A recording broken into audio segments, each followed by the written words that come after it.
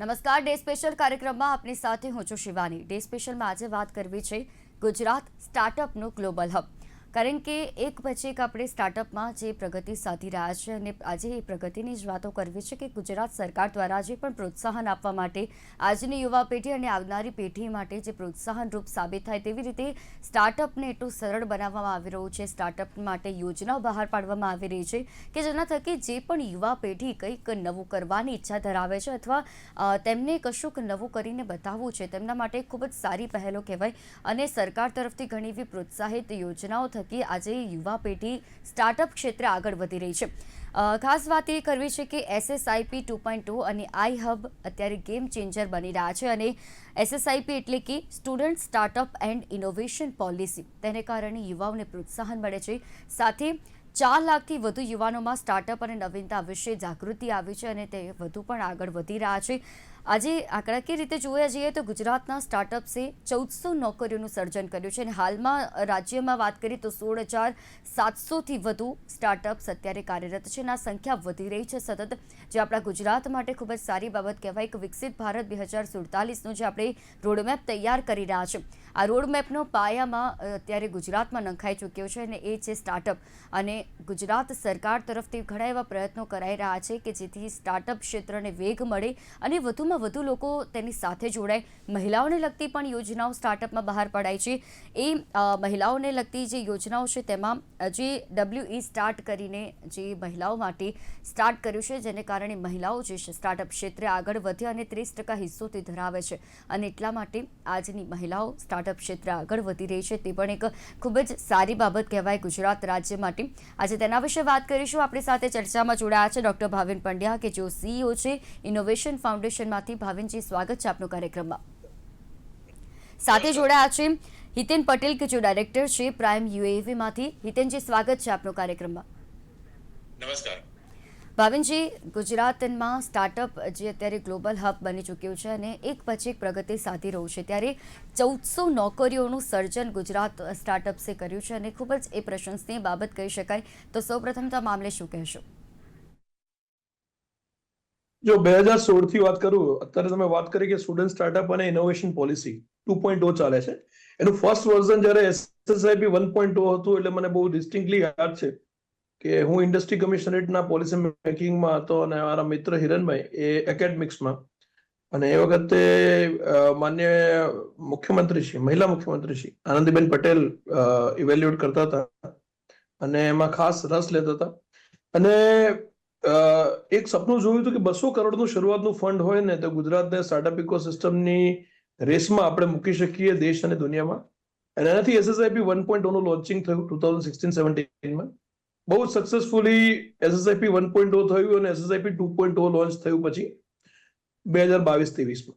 હવે જોવા જાવ ને તો સ્ટુડન્ટ સ્ટાર્ટઅપ અને ઇનોવેશન પોલિસી એટલી ફેમસ થઈ ગુજરાતની કે આજે આખા દેશમાં આજે જેટલા પણ રાજ્યો પાર્ટિસિપેટ કરતા 29 સ્ટેટ સ્ટાર્ટઅપ રેન્કિંગમાં પાર્ટિસિપેટ કરતા હોય છે, યુનિયન ટેરેટરીઝ ને બધા મળાવીને ટોટલ 33 થાય, તો એ બધા જ સ્ટાર્ટઅપની વાત આવે એટલે ગુજરાતની સ્ટુડન્ટ સ્ટાર્ટઅપ અને ઇનોવેશન પોલિસી યાદ કરે અને સ્ટાર્ટઅપ પોલિસીનો SSIP પર્યાય બની ચૂક્યો છે।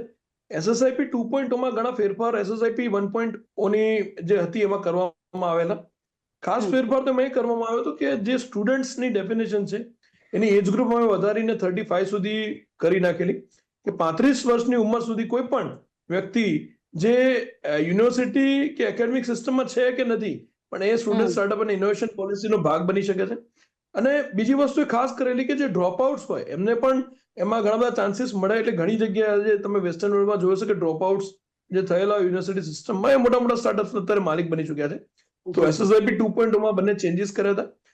પહેલા અમે 2 લાખ રૂપિયા સુધી ફંડિંગ એનું આપતા હતા, એ પછી 2.5 લાખ રૂપિયા સુધી ફંડિંગ કર્યું અને સૃજન કરીને સ્ટાર્ટઅપ સૃજન કરીને સ્કીમ બહાર પાડી એમાં 10 લાખ રૂપિયા સુધી, એટલે એમાં પણ ઘણા બધા બેનિફિશિયરીઝ છે। તમે અક્રોસ ગુજરાત જો તો સ્ટાર્ટઅપ સૃજનના ઘણા બધા બેનિફિશિયરી છે।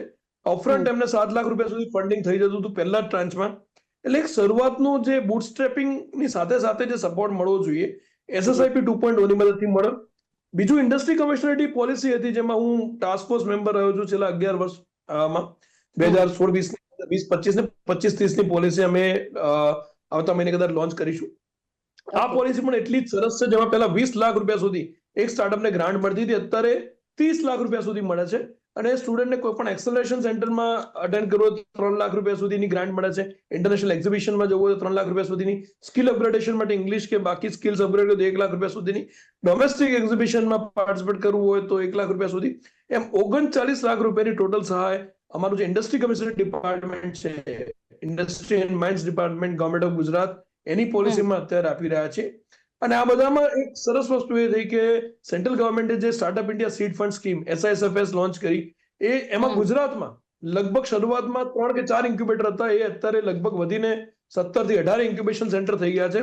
અને એમાં 50 લાખ રૂપિયા સુધીનું ડેટ મની મળે છે રેપો રેટથી. એટલે અત્યારે જેમ કે રેપો રેટ 5.5% છે, તો 5.5% વ્યાજે 50 લાખ સુધી સ્ટાર્ટઅપને મળે અને 20 લાખ રૂપિયા સુધીની ગ્રાન્ટ મળે છે.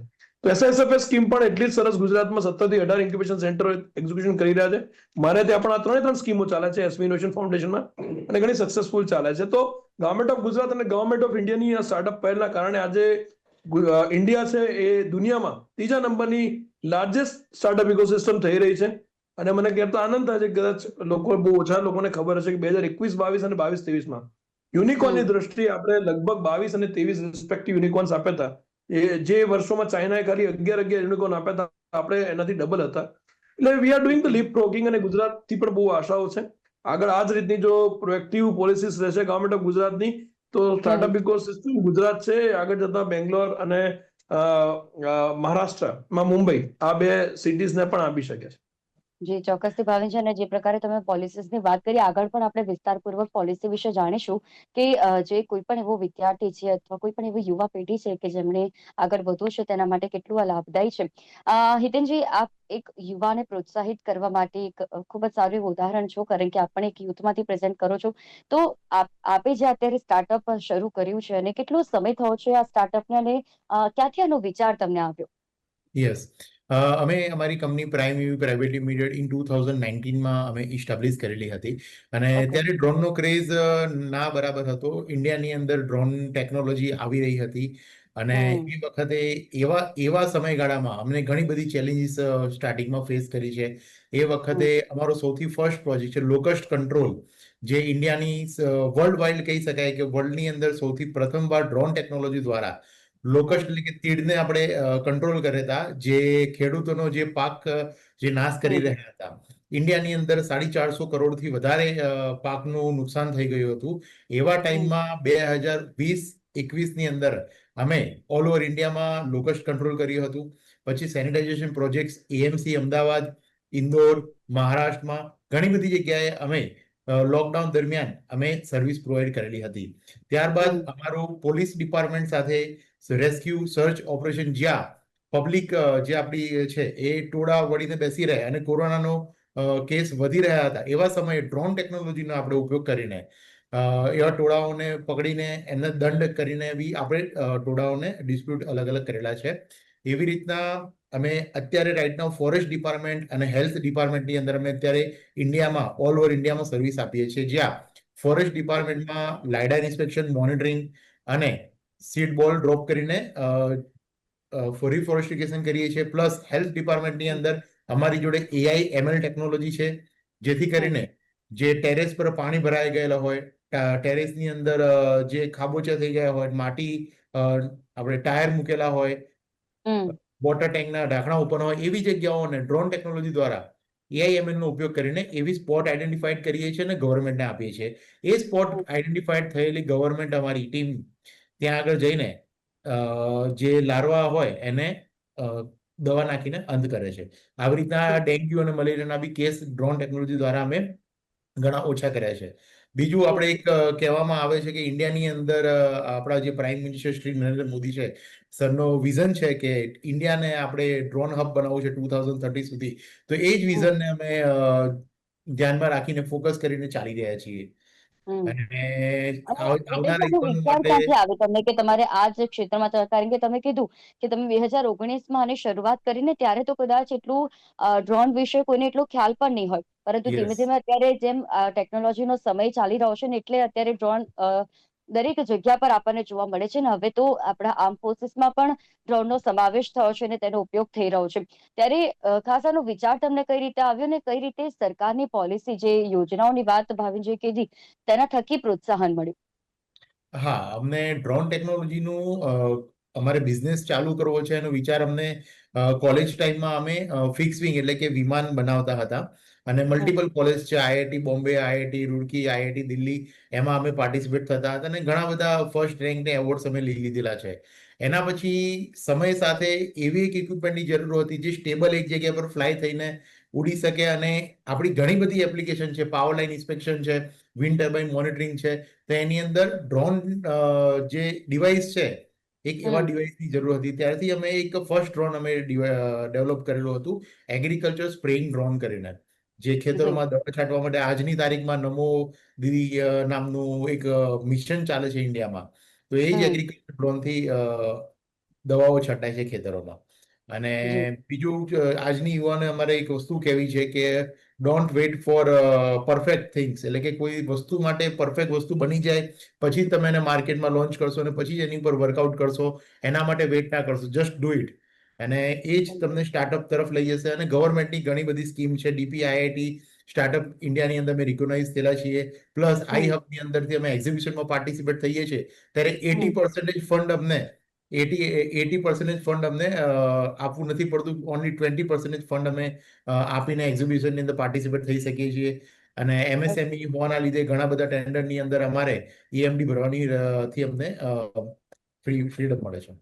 જી ભાવિનજી, જેમ હિતેનભાઈ એક સારું એવું ઉદાહરણ છે કે તેમણે જે સ્ટાર્ટઅપ ક્ષેત્ર આગળ વધ્યા અને એક યુવા છે, ત્યારે ખાસ આપણે યોજનાઓની વાત કરીએ તો જે પોલિસીસ ગવર્મેન્ટ દ્વારા બહાર પડાય છે સ્ટાર્ટઅપ માટે, તેમાં શરૂઆત કરીએ તો જો વિદ્યાર્થી છે અને તેને સ્ટાર્ટઅપ ક્ષેત્રમાં આગળ વધવું છે, પરંતુ તેને કોઈ પણ વસ્તુનો એવો ખ્યાલ નથી કે કઈ રીતે ગવર્મેન્ટ પોલિસી તેને લેવી અને કઈ રીતે તેને થકી તેનું સ્ટાર્ટઅપ ક્ષેત્રમાં આગળ વધવું, તેમાં સ્ટાર્ટઅપની શરૂઆત કરવી, તો એ વિદ્યાર્થીઓ માટે અને યુવા પેઢી માટે શું કહેશો? વિદ્યાર્થીઓ માટે અત્યારે તો એટલું સારું છે કે પહેલા જે આઉટરીચ અને અવેરનેસ કામ અમે જયારે શરૂ કર્યું 2015-16માં, ત્યારે બહુ ડિફિકલ્ટ હતું. ગુજરાતમાં અમદાવાદ અને મોટી અમદાવાદ જ ખાસ, અને થોડી ઘણી બરોડા તો ઓછું પણ સુરતમાં થોડી અવેરનેસ હતી. પણ બાકી સ્ટાર્ટઅપની ડેફિનેશન કે સ્ટાર્ટઅપ વર્ડ્સ બી એ વખતે બધા માટે નવો હતો. એ વખતે અમે ઘણી બધી સ્ટ્રગલ કરેલી ને આઉટરીચ પ્રોગ્રામ અલગ અલગ જગ્યાએ કરેલા. મને આજે પણ યાદ છે કે 2015-16માં હું પાટણ છે, પાલનપુર છે, રાધનપુર છે, હિંમતનગર છે, એટલે સાબરકાંઠા, બનાસકાંઠા, ઉત્તર ગુજરાતના ભાગો, ઘણીવાર સૌરાષ્ટ્રના અમુક જે મેઇન સ્ટ્રીમ વિલેજીસ, ત્યાં જઈને હું વાત કરતો કે સ્ટાર્ટઅપ શું કહેવાય, એની ડેફિનેશન શું છે. ત્યાંથી મારે શરૂઆત કરવી પડતી અને લોકોને એટલી બધી ખબર નથી પડતી કે આનો આટલો ગ્રોથ છે.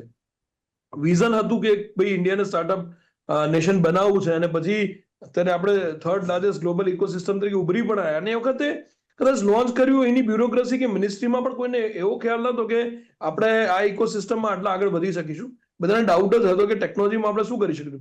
તમે એમાં જુઓ કે એમાં ગ્લોબલ ઇનોવેશન ઇન્ડેક્સ GII દર વખતે બહાર પડે. પહેલા આપણા નંબર ઘણા પાછા આવતા હતા, પણ છેલ્લા 5 વર્ષમાં ગ્લોબલ ઇનોવેશન ઇન્ડેક્સ તમે જુઓ તો આપણે કન્સિસ્ટન્ટલી 40 અને આ વખતે 39મો રેન્ક આવ્યો છે.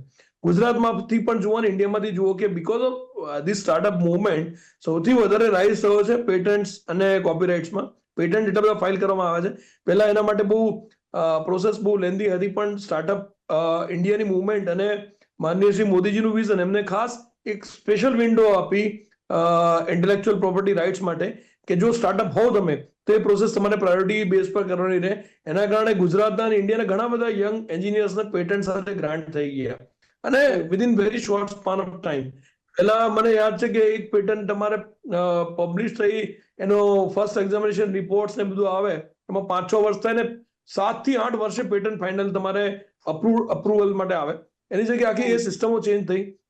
એમાં આપણે ગુજરાત અને મણિનગરના ખાસ આપણા જે એક ગુજરાતી છે એમનું ઘણું બધું કોન્ટ્રીબ્યુશન છે. એમને ત્યાં ઇન્ટેલેક્ચુઅલ પ્રોપર્ટી રાઇટ્સમાં IP ઓફિસમાં બી ઘણા બધા ચેન્જીસ કર્યા અને સેવાઓ આપી. એટલે આ જે વિદ્યાર્થીઓ માટે પહેલા એવું હતું કે અવેરનેસ નથી. આજે મને જણાવતા ઘણી આનંદ થાય છે કે આજે ગુજરાતી મૂવી હોય કે હિન્દી મૂવીઝ હોય, એમાં તમે જોવા જાવ તો સ્ટાર્ટઅપની વાતો બહુ આમ નોર્મલી ફ્રિકવન્ટલી કરવામાં આવે છે. ઇવન વેબ સિરીઝ ટીવીમાં પણ કે બધાનું સ્ટાર્ટઅપ છે.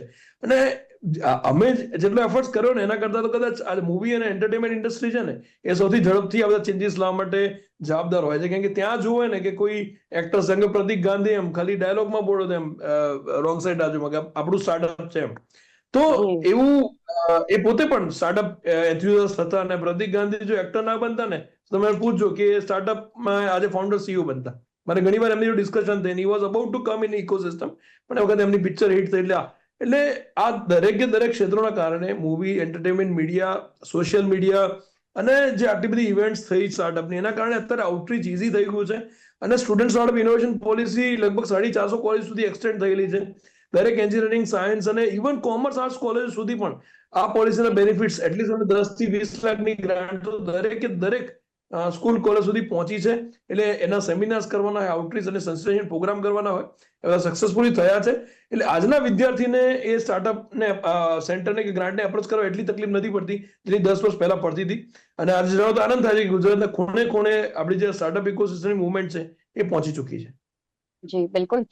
હિતેનજી, જે પ્રકારે ભાવિનભાઈએ વાત કરી, ખૂબ જ સારી રીતે તેમણે સમજાવ્યું કે કોઈ પણ અત્યારે બાકાત નથી સ્ટાર્ટઅપમાંથી, અને કોઈ પણ ફિલ્ડ આપણે લઈએ, હવે એવું નથી રહ્યું કે ફક્ત આઈટી એન્જિનિયર હોય તો જ તે સ્ટાર્ટઅપ કરી શકે છે. કોઈ પણ ક્ષેત્રમાં અત્યારે સ્ટાર્ટઅપ આગળ વધી રહ્યા છે, અને જરૂરી છે કે દરેક ક્ષેત્રમાં સ્ટાર્ટઅપ આગળ વધે. અને જ્યારે તમારી વાત કરી તો તમે જે 2019માં તમારી શરૂઆત કરી ડ્રોનની, ત્યારે અત્યારે 2019 થી લઈને 2025 સુધી કેવા બદલાવ આવ્યા તમારા સ્ટાર્ટઅપમાં? અને જ્યારે કોઈ પણ એવો સમય પણ આવ્યો હશે કે જ્યારે તમને એમ થયું હશે કે આ સ્ટાર્ટઅપ તમે જે શરૂ કર્યું છે તેમાં મુશ્કેલી આવી રહી છે, પરંતુ તેમ છતાં પણ તમે સ્ટાર્ટઅપ અત્યારે રન કરી રહ્યા છો. કેટલા વ્યક્તિઓ તમારી સાથે સંકળાયેલા છે, કેટલી મહેનત અને સરકારની પોલિસી કેટલી સરળતાથી તમને પ્રાપ્ત થઈ, તેને કારણે તમે અત્યારે આગળ વધ્યા છો? યસ. 2019 ની અંદર જ્યારે અમે ડ્રોન ઇન્ડસ્ટ્રીમાં સૌ પ્રથમવાર અમારી કંપની ઇસ્ટાબ્લિશ કરી હતી, ત્યારે ઇન્ડિયાની અંદર ડ્રોન રૂલ્સ જે ઇસ્ટાબ્લિશ થવા જોતા હતા એ વખતે નહોતા.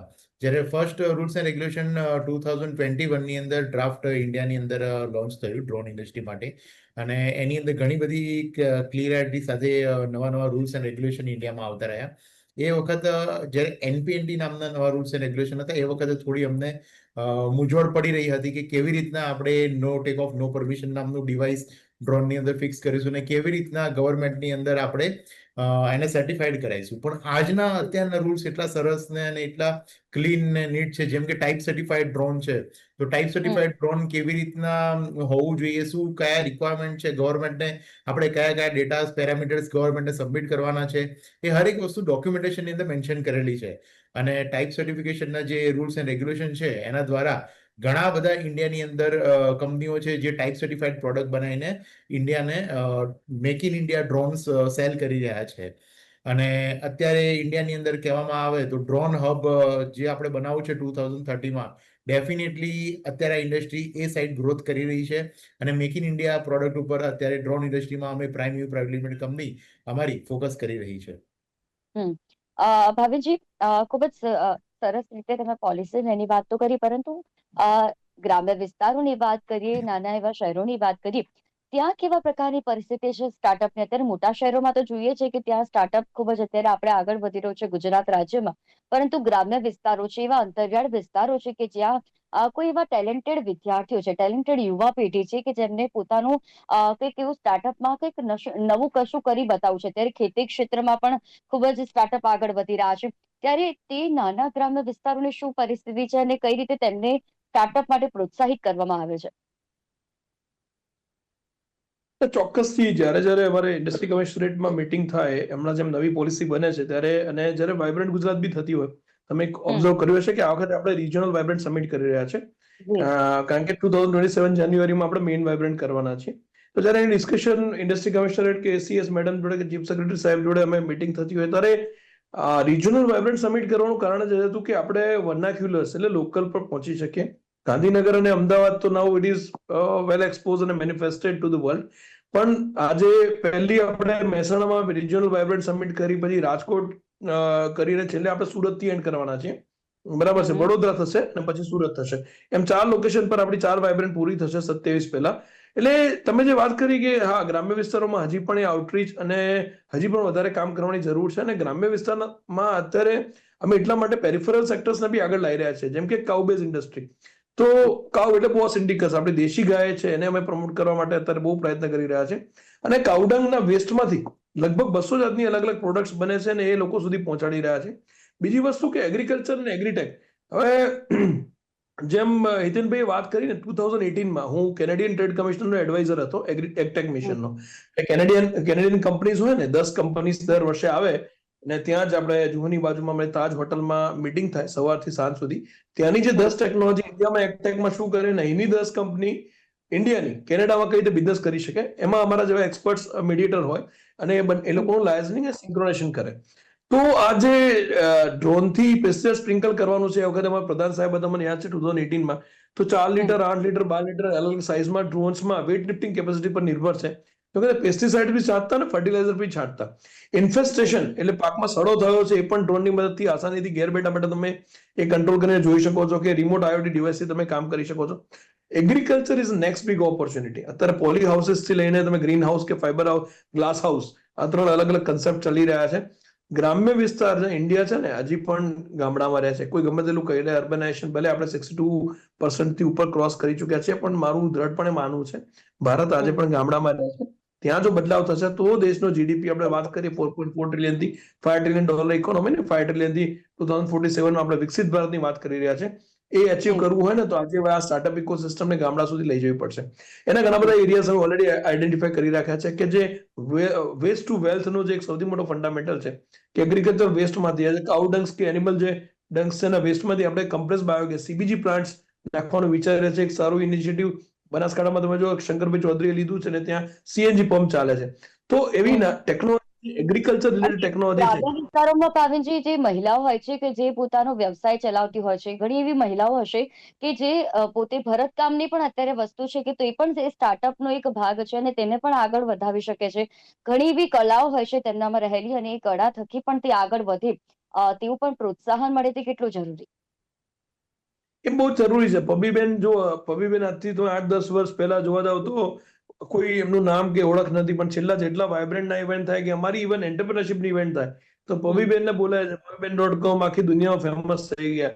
એટલે અત્યારે પણ નાના નાના ગામથી લોકોને બીકોઝ ઓફ ઇન્સ્ટાગ્રામ ને યુટ્યુબ એટલી અવેરનેસ આવી છે કે તમે અહીં બેઠા બેઠા તમારી કોઈ પણ વસ્તુ યુએસમાં વેચી શકો. એટલા જ માટે અમે ડિપાર્ટમેન્ટ ઓફ આઈટીમાં એક પોલિસી હતી ડિરેક્ટર ઓફ આઈટી 2 લાખ રૂપિયા સુધી આપતા હતા તમારી વેબસાઇટ પોર્ટલ ડેવલપ કરવા માટે. અત્યારે પોલિસી અસ્તિત્વમાં નથી પણ શ્યોરલી મેં 2 વખતે જે JEL department of science and ટેકનોલોજીમાં રજૂઆત કરી છે કે પોલિસી ફરીથી ત્યાં પણ ચાલુ કરો કે વેબસાઇટ ડેવલપમેન્ટ તમે જ્યારે કરશો અને ડાયનેમિક બનાવશો અને પ્લગ એન્ડ પ્લે ડિવાઇસથી એનું ફાઇનાન્સ ગોઠવી નાખશો તો આજે નાનામાં નાનો માણસ ગમે તે જગ્યાએથી દુનિયા સુધી પહોંચી જશે. બીજી તમે વાત કરી કે નાના ગામડાઓમાં અત્યારે પણ આજે બહેનો એ નિર્ભર છે ખેતી અને પશુપાલન પર. પશુપાલનમાં બી એટલા રિવોલ્યુશન આવી રહ્યા છે. આજે હું તમને ITK કરીને એક કંપની છે મારી ફ્રેન્ડ છે CEO ઓફ ધેટ અને વર્લ્ડની 3rd લાર્જેસ્ટ કંપની છે. એ લોકોએ પ્રિડિક્ટિવ એનાલિટિક્સ જે ડિસીઝ છે આપણે જેમ ગાય ભેંસ કેટલમાં થાય ને તો એ બેન્ડ પહેરાઈ રાખવામાં આવે છે એના હિટ સ્ટ્રેસથી લઈને દરેક પ્રિડિક્ટિવ એનાલિસિસ બીમાર પડે એનું એલર્ટ પણ 1 અઠવાડિયા પહેલા મળી જાય તમને. કોઈ બીમારી હોય બીજું કોઈ એને કોઈ ઇન્ફેક્ટ થયા હોય કે એની મિલ્ક ક્વોલિટીમાં કઈ બી ચેન્જીસ હોય તો એવા આજે ઇટલી સ્વિટ્ઝરલેન્ડ ને સ્વીડન ને ઘણા બધા કામ કરે છે ને ઇન્ડિયામાં પણ હવે આપણે ડિવાઇસ આવી ગયું છે. ગાંધીનગરની અમારી નજીકની ગૌશાળામાં પણ હવે બેન્ડ પહેરાવવાના ચાલુ કર્યા છે. એટલે એ જે ગામડાની સ્ત્રીઓને જો ટેકનોલોજી જોડે જોડી દેશો ને તો દે આર ગ્રેટ લર્નર. એમને બહુ સારું આવડે. એમને તો એક જ વાર કેવું પડે ને કામ કરવું. બિલકુલ ખૂબ જ સારી વાત કરી અને જરૂરી પણ છે કે એનો વિસ્તાર મૂવમેન્ટની જરૂર છે. જી અને ગામડાઓથી આ શરૂઆત કરવામાં આવશે તો જેને આપણે જે વિકસિત ભારત 2047 રોડમેપ જોવા માંગી રહ્યા છે તે વિકાસ પામશે અને ગુજરાત તેમાં અગ્રેસર રહેવે તેવી આપણે આશા રાખી શકીએ. ભાવિનજી, હિતેનજી, આપ બંને અમારી સાથે આ વિશેષ ચર્ચામાં જોડાયા તે બદલ આપનો આભાર. Thank you so much. Thank you. તો આજે ડે સ્પેશિયલમાં વાત હતી કે સ્ટાર્ટઅપ ક્ષેત્રમાં અત્યારે જે પ્રકારે ગુજરાત વિકાસ સાધી રહ્યું છે અને ગ્લોબલ ગુજરાત એટલા માટે સ્ટાર્ટઅપ ક્ષેત્રમાં કહેવાય છે કે એક પછી એક જે પ્રોત્સાહિત કરતી યોજના બહાર પડાય છે યુવાઓને પ્રોત્સાહિત કરાય તે માટે SSIP 2.2 એને કારણે પણ અત્યારે ખૂબ જ વેગ મળી રહ્યો છે. ગ્રામ્ય વિસ્તારોમાં અત્યારે સ્ટાર્ટઅપ શરૂ થાય અને સ્ટાર્ટઅપ ક્ષેત્રમાં ગ્રામ્ય વિસ્તારોમાં પણ વેગ મળે તેવા પ્રયાસો પણ સરકાર તરફથી કરવામાં આવી રહ્યા છે અને તે ખૂબ જ જરૂરી છે. ડે સ્પેશિયલના કાર્યક્રમમાં હાલ બસ આટલો જ. ફરી મળીશું આ વિષયની સાથે. ત્યાં સુધી મને રજા આપશો. નમસ્કાર.